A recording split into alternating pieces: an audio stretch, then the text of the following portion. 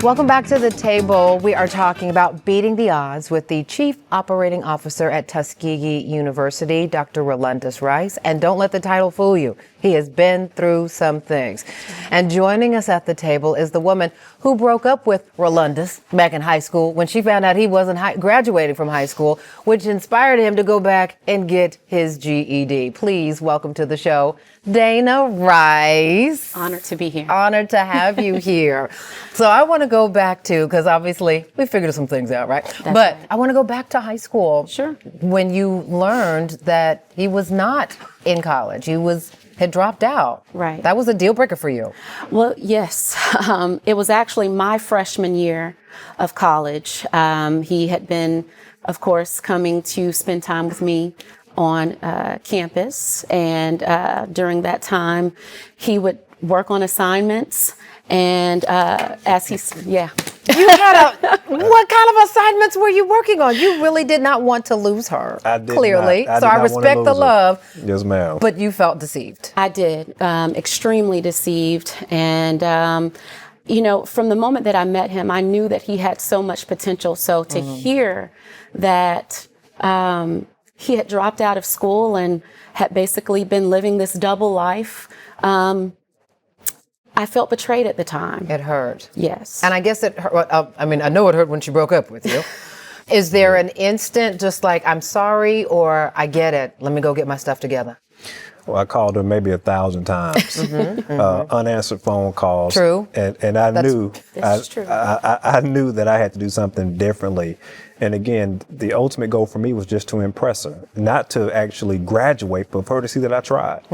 So is that what prompted you to enroll in GED courses? Absolutely. That was the single most important factor in me being to this point, was her dumping me and for me to study for the GED, hands down. Wow. No question. That's honest. And what a beautiful muse, right? Yes. Understanding that there's someone you want so much that you want to do what it takes to get her back. But it obviously ends up helping you get on track as well. What did you learn about yourself that led you go from getting the GED and then enrolling in college and going all the way through? Yeah. It was the GED, not even the PhD, but the GED that showed me I can do whatever I wanted to do academically. Because at that point, I was broken.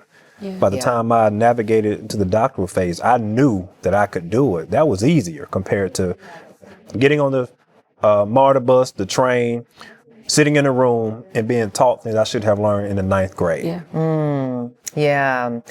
But it's not like everything just got easy, right? You recognize, okay, I'm smart and I can do this. But there were some other life tragedies. There were some tragedies, and I'm happy to share that with you. 2010, Madison, my oldest daughter, is born in January. One of the happiest days of my life. Yeah. Her mother, at this point, Miss Dana, had dumped me. And we understand. Yes. We understand. You were in a different space, in a different space, relationship. Different time. I was in Alabama, and I met a beautiful young lady, Julia Player, at Alabama State while I was working on my master's degree. And so January of 2010, my daughter's born. 4 months later, she dies without notice or warning. So I was in a situation. What do I do? And my family said, Ro, send Madison to Atlanta. Everybody would understand. Why? Because you're just a dad.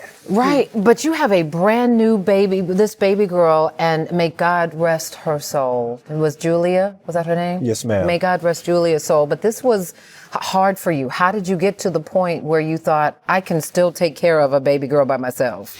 Well, it was the most difficult time in my life. And I don't mind sharing, my father was not in my life, so I didn't know how to be a dad. I had no identity of what a father should do outside of what I learned from Dana's father, Mr. Lee, over the years. But it was this beautiful baby girl I had in my arm while trying to read 5 books a week, while working 3 different jobs at one time.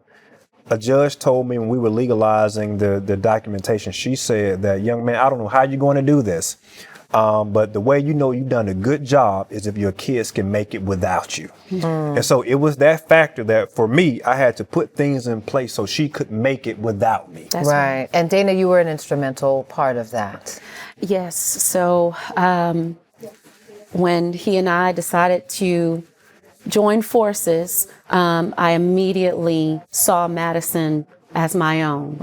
And she's my baby girl, and I desire to just do everything that I can to make sure that she thrives and has the best of everything that we can together to offer her in life. Right. Because obviously you had seen some growth and some change as well. Absolutely. In her father. Yes. And you knew that this is a man that you wanted to be reconnected with and be a part of supporting. 100%. There's just nothing like a good support system, right? I think that's one of the lessons for our viewers. Yes. For anyone trying to beat the odds, how important it is to have family support. Your parents were a part of this. Yes. And this was a real support system. 100%.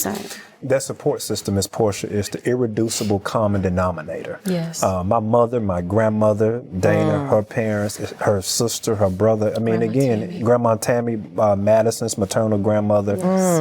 If it takes a village to raise a child, it takes a university to mold a student. And that parallel, we see that juxtaposed in both of my situations, and I think for so many other students who pursue degrees, certainly at HBCUs, and I do want to emphasize that as well. So when we get to a point when we recognize, okay, there are no more excuses. There are a lot of things going wrong, but there are no more excuses for sort of pressing through. It sounds like you've had so many of those moments. How do you keep pressing through when it's so hard? We're going to talk about that when we come back from the break, okay? Yes, ma'am. All right. Stay with us. We'll be right back. Hey there, Portia here. Listen, that was a good conversation, wasn't it? Want to see the rest of it? Just go to PortiaShow.com, scroll down until you see that particular episode. But listen, before you scroll on out of here, I need you to do me a favor, please. Like, comment, let us know what you thought of that episode, and subscribe. And if you already are a subscriber, we sure appreciate you. In the meantime, we'll be sure to see you on the next episode of Portia, and you can catch us weeknights on Fox Soul as well. Tell your friends. Tell them to like, comment, and subscribe. See you next time.